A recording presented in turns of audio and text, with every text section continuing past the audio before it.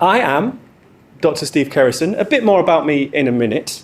And welcome to today's first research spotlight of the year I have the honor of giving. And it's answering, or rather exploring the question, are smart devices really secure? So here we go, back to the research question. That is one of the areas I explore. Are smart devices secure? And we're going to take a look at this picture on the right in a little bit more detail in a little while. But just keep that in your head for now. And if you're in the room, maybe have a look around and say, what's in here that could be considered smart?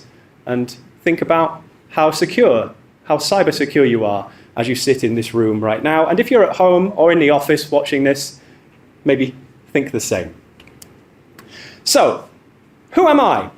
Well, in case you can not tell, I'm from the UK. So I guess I'm going to define myself in terms of where I've been and what I've done in my career. And when I was in the UK, the very first job I had was as a cyber cafe attendant. So I guess that was my first foray into the world of information technology. I would have been 16 years old, I think. And to give you an idea of the era, this was before everybody had a laptop. So, people would go to cyber cafes to get online because they didn't have an internet connection at home, or they didn't have a phone in their pocket with an internet connection. It was the most convenient and accessible way for them to get online. Then for many years, I was working for a technology publication, first as a journalist, writing about technology news, getting products to review, and also actually becoming a developer of the website itself. So I was a system administrator, keeping this technology publication online, and sometimes safe from hackers as well. Then I was at university, first as an undergraduate, and I did my PhD in the area of the energy consumption of what we call embedded systems. What are those? Well, essentially an embedded system is a type of computer that you don't normally interact with, those that you don't see that make our lives somehow better. These are what we call embedded systems. And so I started looking at how to make them use less energy, and have kind of gravitated towards how to make them more secure over the years. Which brings me to the flight I took a few years ago to Singapore to continue my career working on something called Industry 4.0. What's that? Well, another term might be smart manufacturing. So how to make manufacturing processes more efficient, how to make better products more quickly, and along the cybersecurity vein, how to do that without hackers compromising that process. Then I went to work for a startup.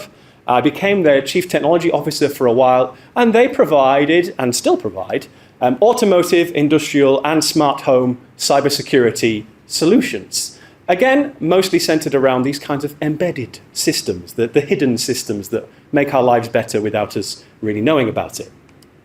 And for the last few years, I have been a lecturer and researcher here at James Cook University, the Singapore campus, and I teach and research cybersecurity. We have a Bachelor of Cybersecurity program that's been running since just before I joined, so it's been great to be involved in the growth of that course, that program, as well as see my students go through from being interested in cybersecurity to eventually then going out and getting a job in cybersecurity. Now, later in this talk, which I have about 40 minutes for, I think, I imagine someone in the room will wave at me wildly if they think I'm going to run over, but don't worry, I'm pretty good at keeping time. You'll see here a kind of video snapshot of some of the stuff that is going to be coming up. It's circuits, it's laptops, it's screens of code. Don't worry, I'm not going to be explaining this to you in too much detail. I'm rather going to tell you what it means and how my research has been motivated by some of this stuff. So I'm going to do my very best to make it understandable for everyone, no matter your background. And just to remind you, if at any point you think, Steve, what does that mean? Or, oh, I have a very intelligent question to ask that really goes deep into the subject, whatever the question is, there's our Slido page. So if you haven't grabbed it already, there's the QR code. I'll give you 3 seconds to snap that with your phone. 1, 2. Okay. So what am I actually going to talk about? I'm going to talk about these smart devices that we have introduced the idea of in the title of this presentation, and something called the Internet of Things, which is often coupled with this idea of smart devices, and talk about what they are. And once we are in agreement as to what they actually are, let's talk about the cybersecurity of these devices and how we, as users of them, can keep ourselves safe, either from the devices themselves or those who might want to use those devices against us. Now, one of the cool things about my job as a researcher is that to figure out how to make people safe, I have to try to make them unsafe, right? I have to look at ways to break things in order to fix them or make it harder for others to break them. And that's one of the things I love the most about this job. It's one of the things that science and engineering disciplines really get to enjoy. It's that kind of hands-on part of the job. But as part of this, it does also mean being a bit pessimistic and asking what is the worst that can happen. And then, along with sharing some of the research I have been doing, I'll talk a little bit about what the next steps are, not just for me, but for the research community as a whole. So, back to the graphic from the first slide of this presentation. This is a stock photo under the theme of person in a room with smart devices. It's not AI generated, right? It's a curated photo where someone has set all this up. But it perfectly illustrates what we want to talk about today. So this gentleman is sitting in his chair quite comfortably and is interacting from his smartphone with, it looks like all at the same time, which is impressive, his air conditioning unit, his lamp in the corner there, his robot vacuum cleaner, which is going to attack his feet in a minute if he's not careful, another lamp in the other corner of the room, and maybe a smart speaker that's sat on the table next to him. Okay? So these are all devices, and what makes them smart? Well, they are connected to each other and probably to the internet so that this gentleman can interact with them and make them do things for him or for his home. And he might not even need to be in the room for that to happen, right? If they have an internet connection, he can go out, he can go to the shops and say, oh, did I leave the air conditioning on? I can turn it off from here. And these are supposed to improve our quality of life, make things more convenient, more efficient for us. And we can also take these ideas and apply them in other settings as well, right? It's not just about convenience in our homes. It's about how to run an airport more effectively, how to run a train network more efficiently, how to make traffic flow more easily. The same kinds of ideas can be applied in these places as well. But for our interests, I'm going to sort of stick to this home or consumer product perspective for now. And although I said these devices all are connected to each other and the internet, they're not the same, but they also are. What do I mean? Well, let's take a look here. Here are two devices, okay? Are they the same? No, Steve, they are not. How are they different? Well, one of these is a lock. On the right, you can see what looks like a padlock, but it does have a fingerprint scanner on it, okay? And on the left, we have a smartphone. And we're all very familiar with smartphones. I don't need to explain those to you. But you unlock it, perhaps, with a fingerprint. Oh, so there's a similarity there. There is some way in which these are the same. And also, because the device on the right is a smart lock, it does also have the ability to connect to other things, like, for example, the smartphone on the left. So they have a fingerprint reader. And the technology that is in that fingerprint reader might be a little bit different. One might be better than the other. But there's still a device that can read a fingerprint to decide whether to let you in, whether to unlock, be it a software unlock or actual physical unlocking, right? Same principle. And yes, as a result, they both do still lock something. And because they can connect to Wi-Fi, to Bluetooth, to each other, to the world, they both have some kind of radio in them. The scope of what they can do might be different. One is for somebody to maybe add fingerprints to it or to ask it to unlock remotely. And another is for everything we do on that device, right? Our smartphone is not very useful unless it has a connection to the world. Let's go a little bit deeper though. What else can smart devices do that differentiates them from maybe the conventional, I don't want to say dumb devices, just traditional devices that maybe smart devices are trying to replace?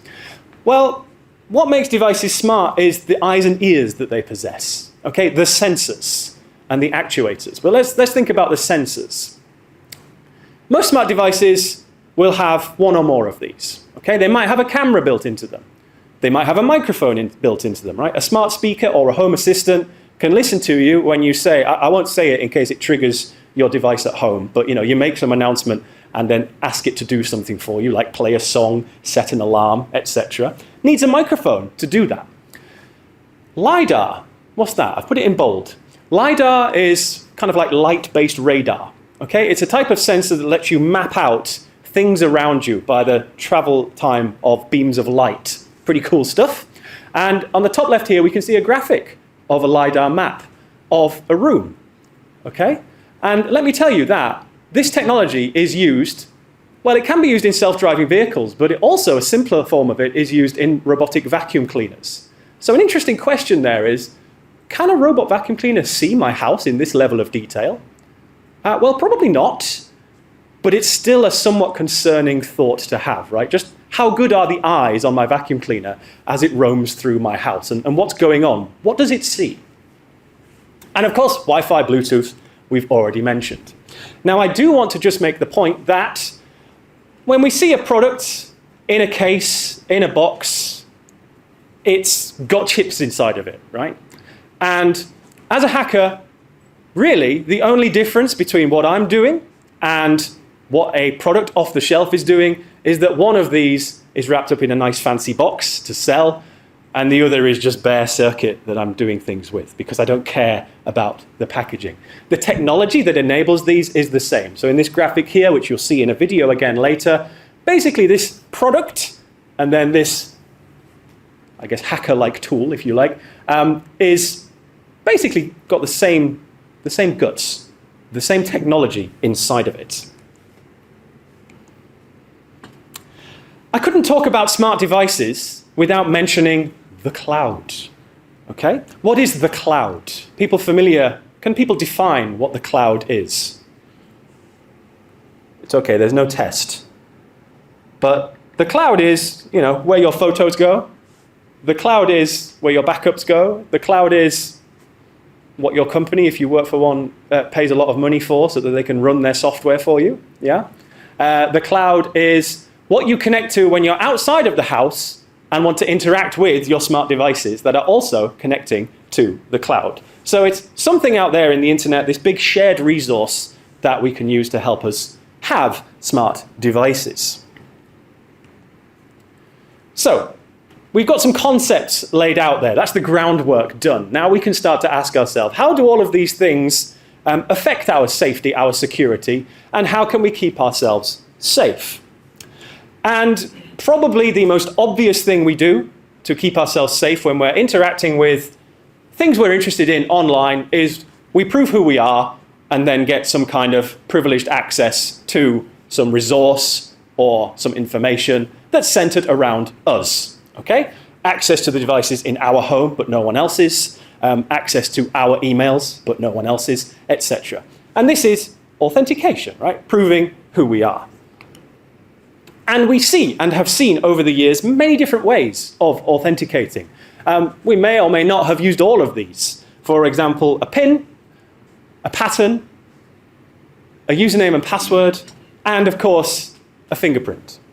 So there are more than one way, or there is more than one way to do this. And these are known as factors of authentication. And we usually use more than one of these days for particularly important things. So what do I mean by factors? Well, let's use this gentleman here as an example. How can we define factors of authentication on this person? Well, a factor can be something that we know. So here's this gentleman's brain. Things he knows. He might know a PIN. He might know a password, right? It's in his memory and nowhere else because he's very conscientious and doesn't write down his password anywhere, okay? It may be something that he has.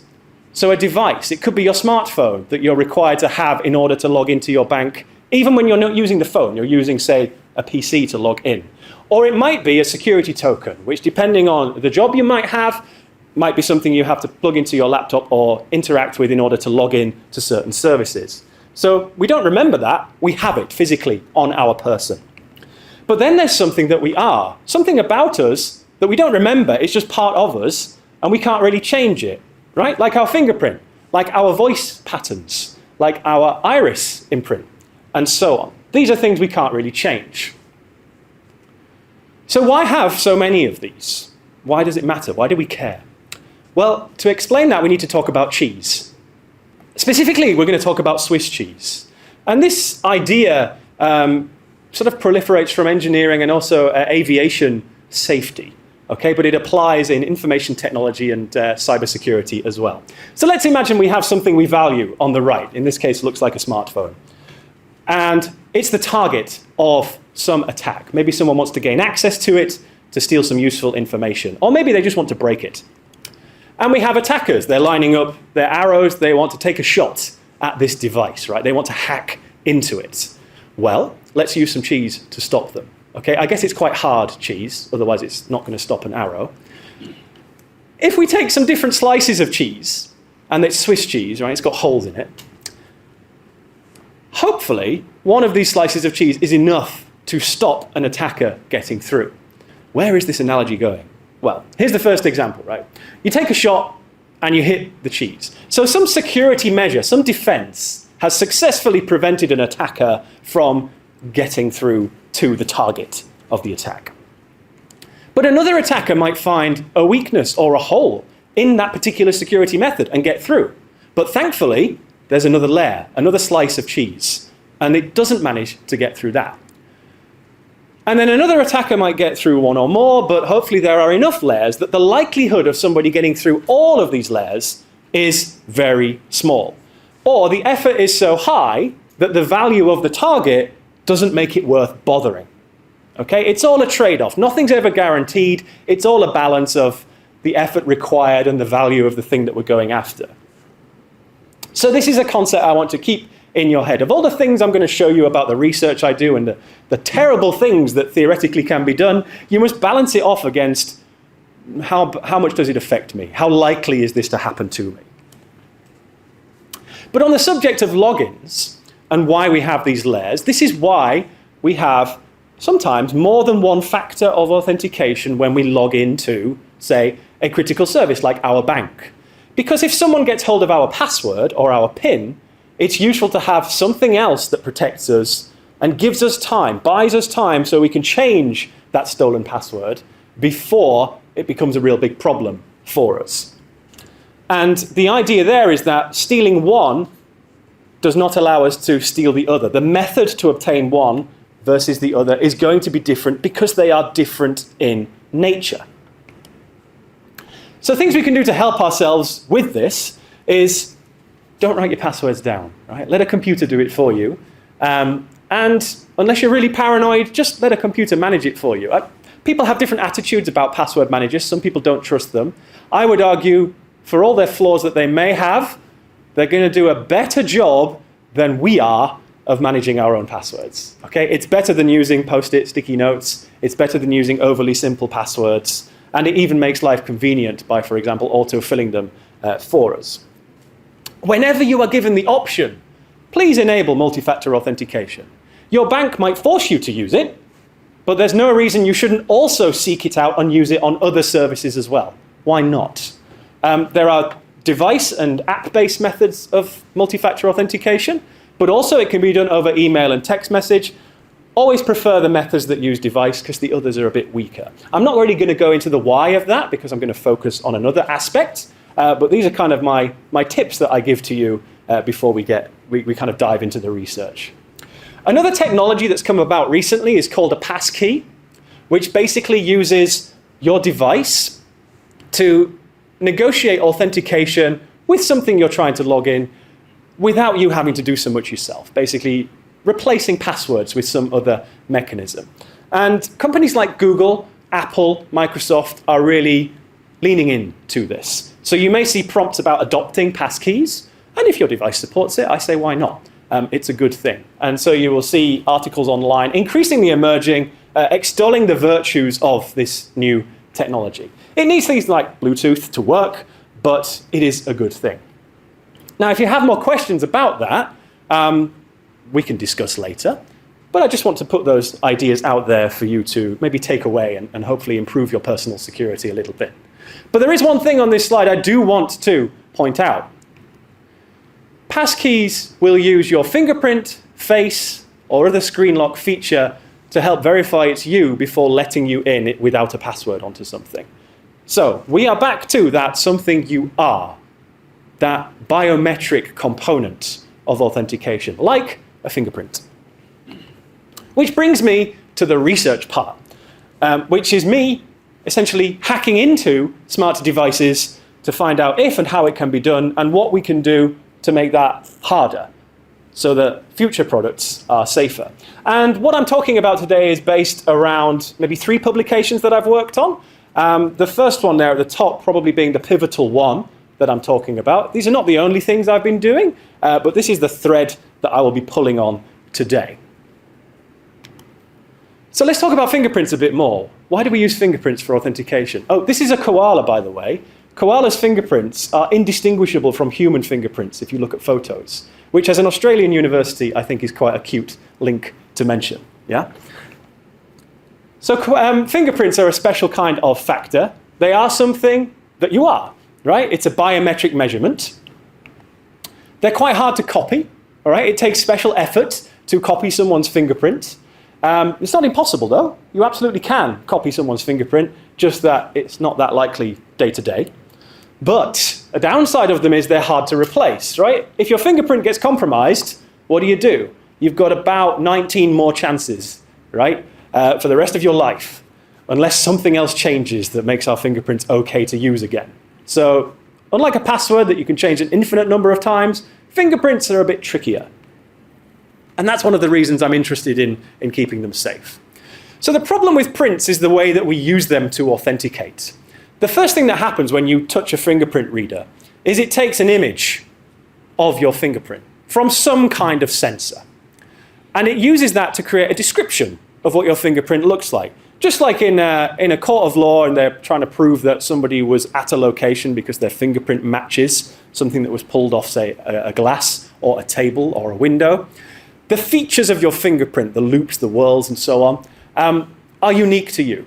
And so this description tries to capture those unique features. That information is stored somewhere, and in the future, when you present your fingerprint again, a new description of your fingerprint is produced, and if it matches closely enough to the description that's stored, they can verify that it is indeed still you. And you are the authentic person who you claim to be. So that's the idea. And we do that matching in order to enable us to unlock things. But as I said, fingerprint theft is possible. It's possible to copy someone's fingerprint. Worse still, it's actually possible to take a description of someone's fingerprint and reproduce a fingerprint from it. And this is not something I did, okay? This is work that has been done in the last 5 years or so, which takes a description of a fingerprint, just the key features, and reverses essentially a drawing of a real fingerprint that can then be used to produce, let's say, casting in latex or liquid rubber or something, a physical copy of a reproduced fingerprint, and then trick a fingerprint reader into believing that's actually some other person. And I was quite shocked by this when I first learned that this was possible. This is even more dramatic than, say, directly copying someone's fingerprint from a glass or something. It is taking what should be a secure description of it and reversing it back into a fingerprint. So that's quite cool. Oh, you can also 3D print fingerprints now, by the way. So 3D printers are good enough to reproduce at the level of detail of your fingerprints. That's pretty cool, right? So, the descriptions of fingerprints that our devices have seem to be important. But, as we've seen, smart devices are not all the same. They're not all built equally.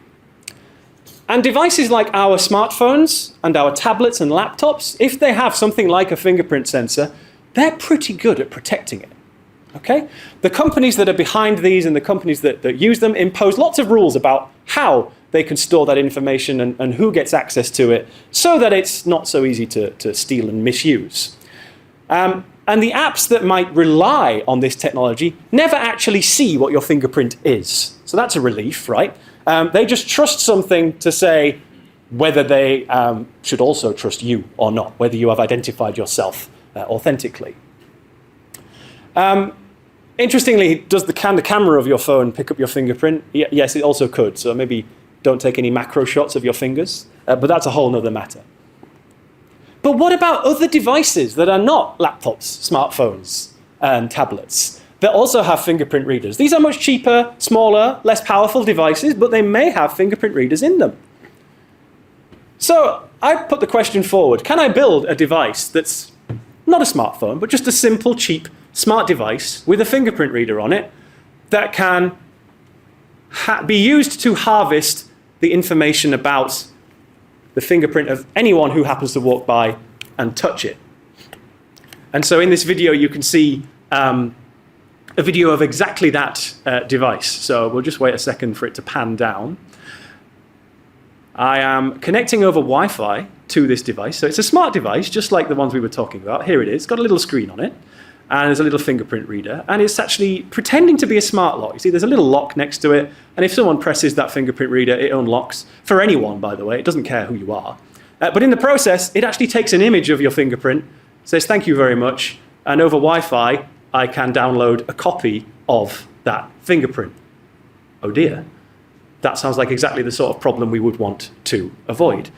And note there I said a copy of your fingerprint. I don't even get the description of your fingerprint. Turns out a lot of devices will let you get hold of the actual image itself. So things are worse than I even imagined.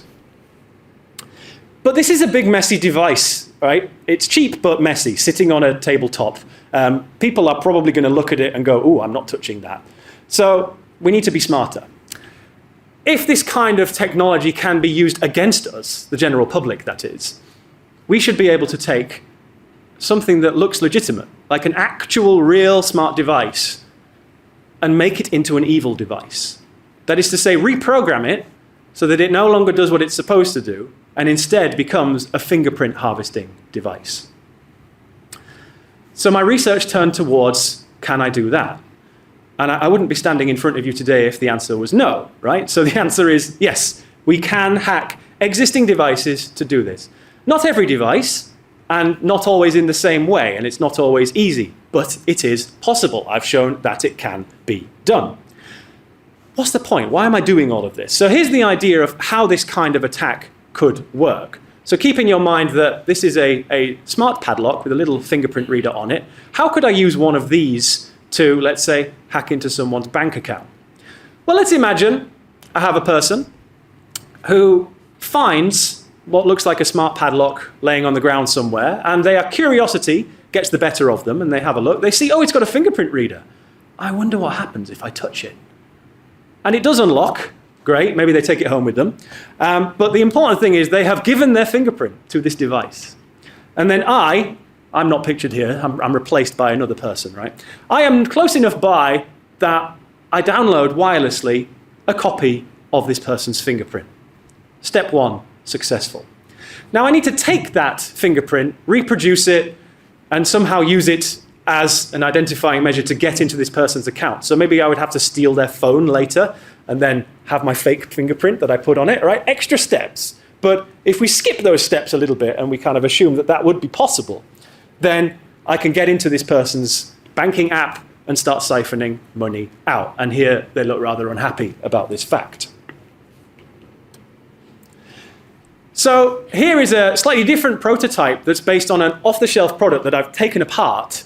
And although it's got wires coming out of it, you'll see they're not connected anywhere, okay? And wirelessly, whenever I touch this device, it will beam a copy of a fingerprint over. Now, in the previous video, the fingerprint that you saw on screen was actually a koala fingerprint, so I could show you that. This one I've blurred out because it's my fingerprint, okay? And I don't trust the compression of the online video to suitably obscure my fingerprint, so I added extra blurring. We'll just wait for the video to go around one more time. So here I'm using my laptop, talking wirelessly over Bluetooth to this device that's sat a few meters away on my desk. And if anyone comes along and touches it, the fingerprint gets beamed over. Now, yes, I can put this back into its case and use it just as a regular off-the-shelf smart fingerprint unlocking padlock.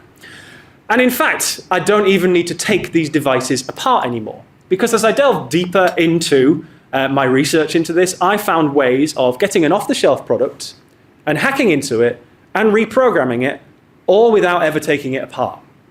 So the initial research involved taking one of these to bits, but the subsequent actions that I was taking, I could then do without it. So I had to put a lot of effort in one time to create a solution that I could do easily multiple times. And this is very, very common in cybersecurity research, right? What we need is someone with the motive to go to the effort of creating the tool and the technique. And once that exists, other people with a lower level of skill can take it and replicate it en masse. And this is a common model for how attacks work, right? Some clever person figures it out, other less clever people then go and use it for organized crime purposes and so on. Great, so I've blown the lid off the security of smart locks, or have I? Well, let's think about that just for a second before I talk about the future. How easy is it to do? How likely is it to happen? Well, my research has, I guess, made it easier to do. Sorry about that, everyone. But it's important that somebody does it and then talks about it so that we can find ways to make it harder.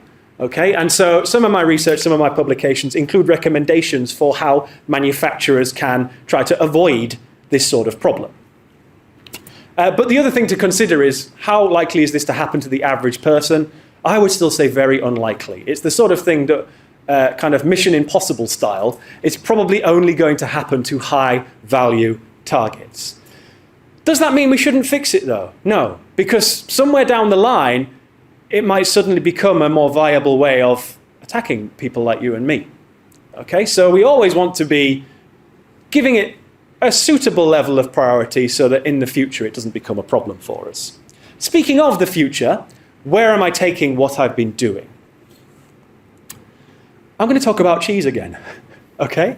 And you've seen a few pictures of devices taken apart. And I want to use that to kind of help you understand how important it is to build layers of security along the way of making a device like this. So understanding how these devices are put together helps us understand the opportunities that exist to make them safer. And we start with the chip, okay? So every chip that has some kind of wireless capability like Wi-Fi, Bluetooth, etc., does some smart things for us, usually have technologies inside of them to make it harder for people to tamper with them, to make it harder for people to get access to the information inside of them without authorization, which is good. However, sometimes weaknesses in these are found and people work around them, so there is often a need to update these chips to fix that problem. That's one of our layers of cheese, right? These technologies here. I'm not going to go into too much detail about these technologies, rather than just appreciate that there are technologies at this level helping keep the product safe. That chip gets put onto a circuit board, right? A printed circuit board, a PCB, or a PCB assembly, PCBA. And that becomes the innards, right? The guts of some product, right? There's all the supporting electronics around it that make it do the thing that we want. Like, for example, turn on a motor and unlock something, or make a vacuum cleaner move around, or turn on and off a light, okay? Similar or the same chip, but put onto a board with different supporting components. The way that these are built can be done in a particular way to make them less likely to be easy to hack. And they can also have default settings built into them that are inherently more secure. And this is the sort of thing that, say, Singapore Cybersecurity Agency and European and American standards groups are pushing how to put these things together and have good defaults that make the easier kinds of attack less likely to happen. Then the device, the actual product, once we put it in a box, once we sell it, also can be looked after, right? It can be updated. If we learn something about the way it works that has a potential security issue, the company responsible for the product can maybe fix and provide an update. So that's another layer of defense that we have. Another thing that's very important is that a device that someone's developing and creating has all kinds of features and capabilities in it that we probably want to turn off once it gets sold to people. Because some of those things might let you do stuff that is a little outside the norm and opens the door for gaining access to things that we shouldn't have. So we have what's called a production mode. Basically turn off all the stuff that the average user or an attacker really shouldn't have access to. And you can't really do that until your product is finished. So that happens at the point where you put it in its case and put it in a box and sell it. And we have to mention the cloud as well, right? So there will be some kind of app to interact with a smart device. And there'll be some kind of account in the cloud. And there'll be some kind of remote management of this device. There is a life cycle. There is a process by which we take ownership of this device, bring it into our ecosystem. And there is also data from or about the device that's stored probably in the cloud. And we need to manage from that side as well. And that's another piece of cheese. That's another layer that we need to put some security in to keep it all safe. Strategically, someone, not really the public, but the makers of all of these components and the people who sell these products need to look across the board and say, have I assembled enough pieces of Swiss cheese to make this solution secure? So that's the strategic objective. We don't overly focus on any one of these. We're trying to line up enough of them to keep the users safe. And yes, there's my cheese. But I've been talking all about technology so far, right? So what about us? What can we do?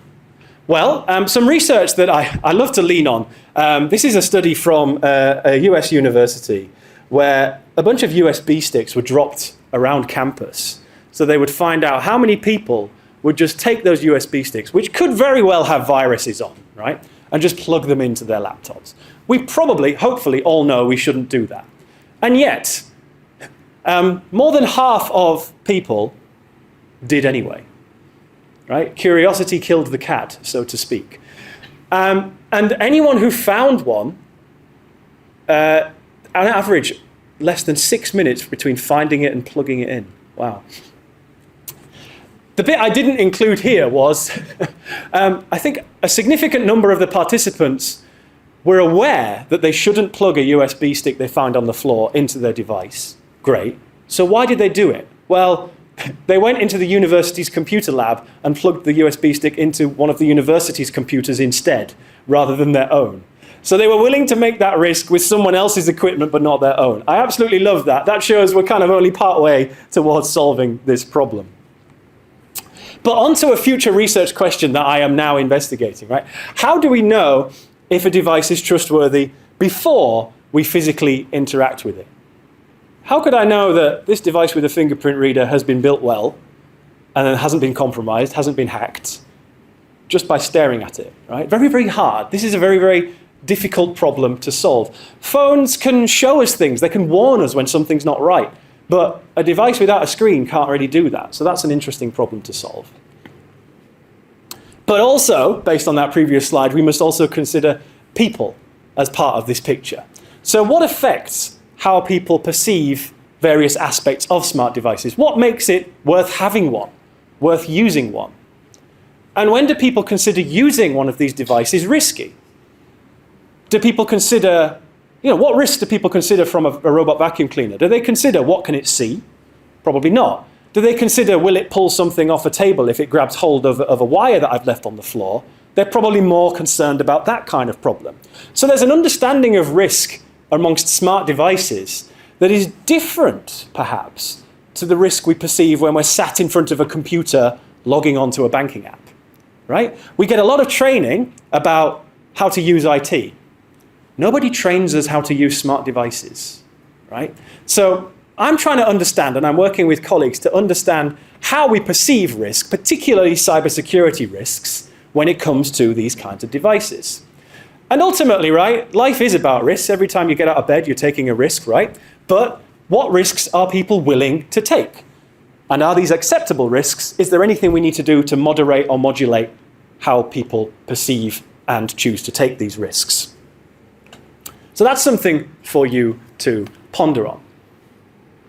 So just a little recap then of what I've gone through. And I've not done too bad timing-wise. I know we started a little bit late.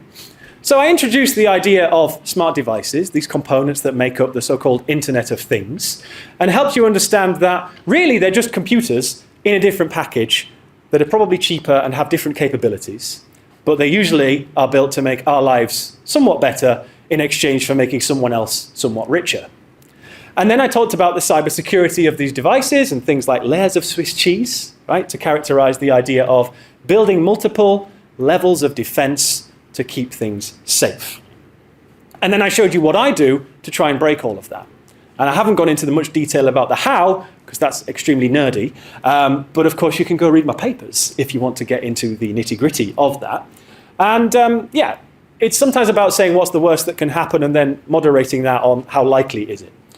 And then I pointed towards the future, which for me right now is understanding more about where humans fit into this. And that brings me to my next point, which is I just want to acknowledge a few of the people that I work with on this, because this is a spotlight on my research, not me. Yeah. So one of my colleagues sits right next to me here at James Cook University in Singapore, Dr. Jusak. His interest is Internet of Things, and we work together on Internet of Things security. He's also interested in how smart devices can help in healthcare. And so we've been working on technology relating to smart devices and healthcare and using them securely. And we also work together on augmented reality teaching. So these are some of the research areas we work together in that maybe I couldn't squeeze into today's presentation. We also collaborated with a gentleman from James Cook University in Australia, Dr. Kevin, on the healthcare related stuff. So search our names online, you'll find paper we've published on that topic. And in the psychology department here at James Cook University, I'm currently working with Dr. Jagdeep on the human aspect of this. So if you can see there on the screen, smart device security and human behavior. So it's trying to answer essentially these questions and more related to how we get the conversation started and how we get people to think about safely using smart devices. And that brings me, more or less, to the end of my research spotlight talk for today. So thank you so much for listening. I hope you learned something. There's no test, all right? So if you didn't take that all in, don't worry. But again, for me, it's about starting the conversation about these things. I don't want to give you all the answers because I don't have them, but I am looking to make people think a bit more about these aspects. And that also will then motivate me to do more work to improve the situation for you. So if you want to find me online, here are all the ways you can do it. You can see what I'm up to. You can ask me questions. You can see my code, etc. That QR code there is my LinkedIn. And I'll always be happy to answer any questions that people have. Speaking of questions, it is now time to have a look at the Slido. Okay, smartly, most people have put in anonymously their questions. That's good. We like our privacy online, don't we? Who's KH? Okay, I like that I asked that and then that person put their hand up. If you didn't put your hand up, I would never have known it was you. You could have still remained anonymous despite using. Still, I appreciate your bravery. Because I've called you out, I'm going to pick your question first. I haven't read it yet. What is it? Is open source hardware more secure because it reveals every detail, or are proprietary designs better to rely on? So to expand that question a bit so that everyone can understand it perhaps, the concept of open source is I make something, I design something, be it software or hardware, some technology, and I basically share the design, the blueprints, openly, so that anyone else can take it, use it, modify it, incorporate it into their own designs. How do I make money doing that? Sometimes I don't, but sometimes I do because it demonstrates that I'm a good person for doing this, and people choose to work with me and pay me to keep working on this design. But the other concept with open source is that because it has all of these potential eyeballs looking at this design openly, it gets more scrutiny. And if there's a problem, anyone with the means can fix it. It's not limited to just the people holding onto it and keeping it a secret. What's the alternative? The alternative is a company designs something secretly, doesn't share how it's made, but still sells a product based on it. So this is known as a proprietary design. And, well, is one better than the other? I lean towards open source, but that's more of an ideological thing from me rather than a real proof. I would say that it's usually better to get things out into the open and under the scrutiny of more people. But there are always counterexamples, right? Badly managed open source projects can be worse than a well-managed proprietary one. The devices I've hacked, by the way, the PCB designs, the circuit designs, are proprietary, but the software that goes into them is at least in part based on open source tools. And I actually used open source tools to replace the proprietary parts on some of these devices, the software components, to build the hackable examples that I showed you today. So actually a combination of both went into proving that we could break things. So I took like 2 minutes to not answer your question there. Thank you, great question. Let's go to the top. I referred to other biometrics. Are they also hackable? So when we talk about other biometrics, we maybe refer to iris, face. Are they hackable? Yeah, different techniques, different amounts of effort. If they're not hackable yet, they will be in the future. Okay, it's only an if. It's not an if, it's a when. Okay, but again, it's not just about if it can be done. It's also about how much effort is needed to do it, and will it be worth anyone doing? So no need to panic. Can a device be hacked during software updating? In the video where you saw, maybe I didn't highlight it particularly well, but in the second part of this video here, if we just get through to it, where I take over a device without ever taking it apart, I am actually exploiting the software update process in this device to replace its software with my own software. And the reason for that is that the checks the device does are not good enough to validate the authenticity of the software. Here we go, this is the part in question, right? You're supposed to use an app to update this device. I'm using what looks like a bunch of code on my laptop, because it is. I shouldn't be able to do that, but I was. So in answer to that question, yes, absolutely. Now, not all devices are vulnerable during software updates, or some devices haven't been found to be vulnerable yet. Again, it's a matter of time. How many more questions do I have time for? Any indication from people? I think we're still good, right? I'll keep going. Someone else who appears to have worked in an internet cafe, fantastic, is asking, is the use of an open source replacement firmware better for security or worse that the firmware can be replaced? Okay. Again, this is not a research-based answer. This is a bit more ideological. But the argument here is, okay, so there are devices out there that as they come from the manufacturer, pretty good, but people want the ability to replace the software on that device with whatever they choose. Okay? Take your PC, right? It comes with Windows, you could swap it to have Linux on it. It comes with Microsoft Word, you can replace it with OpenOffice or LibreOffice, right? You have more or less full control over what goes on that device. You don't have that same level of control over, say, your smart speaker, right? If it comes from Amazon, Google, whoever, they keep control over almost everything on that device. You're just the user. You're not really the owner. Is it worse for security if people are allowed to make changes to it? Actually, yes, potentially. But for me, it's all about the way in which that is done and whether it can be identified. So if such changes can be done, there need to be security mechanisms in place to understand that that's happened and limit or control what can be done with them. But fundamentally, if we do that properly, we end up with a better ecosystem of more secure products. But that's a whole bigger conversation to have around that. We'd be here for about 30 minutes talking about that. Question from the letter J. Will I be safer if I cover my laptop cameras when I'm not using it so no one can hack my camera? Well, it has happened. Is it likely to happen to you? Probably not. But even if we forget about the hacking part, it's still nice to have that reassurance that the camera's definitely not on all the time, especially with working from home, right? You might walk past your camera in a compromising way and you would really rather it not be working and you just want the chance of that to be zero, right? So yeah, I mean, the laptop I have has a literal sliding door on it. It's really nice to have that reassurance, right? Of course, sometimes you forget to slide it over. So yeah, I used to find it weird when people stuck stickers over their cameras, but now it's kind of good to see that Manufacturers have realized humans don't like the idea, which again, this is about human behavior now. They don't like the idea that the camera's always there, so they've built in this ability to cover it up, and that makes us feel better.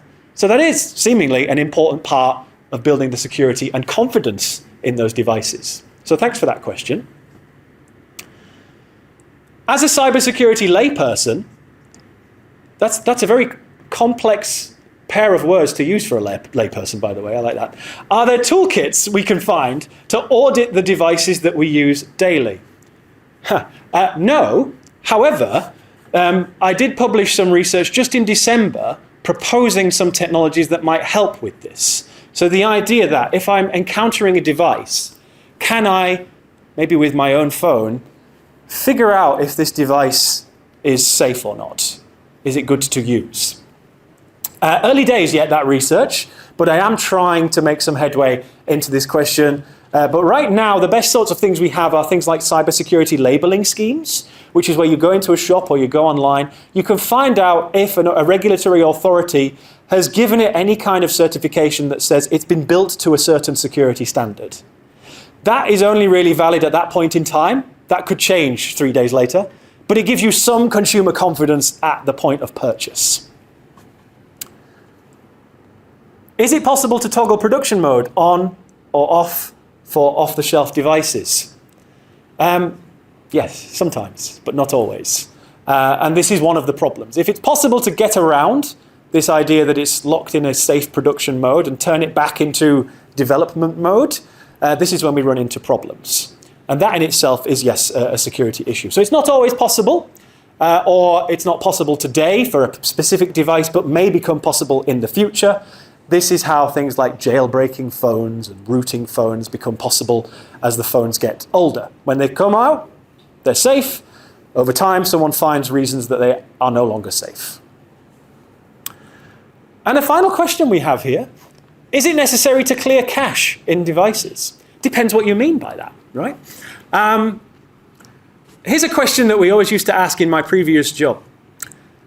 If you throw away your old Wi-Fi router to buy a new one, you probably use the same password for your new Wi-Fi. That way you don't need to change it on all your devices, right? Makes sense. Quality of life. You don't want to make life hard for yourself. You don't want to make Amma have to reprogram her iPad or whatever. So you just keep it all the same. But did you erase the password, the settings, from the old router before you threw it away? What if someone gets hold of it and retrieves the password from it? Is that possible? Maybe. Is it likely? No, but it is possible. So along that theme, is it necessary to clear these things out? It's a good idea, for sure. Is it going to save your bacon, so to speak? Well, maybe. And it's low effort to do. So yeah, I recommend doing it. But please don't clear your memory of this talk at the end of it, all right? Please try and retain as much as you could about this. And if any of it starts to escape you, then come back to me and ask more questions. Okay.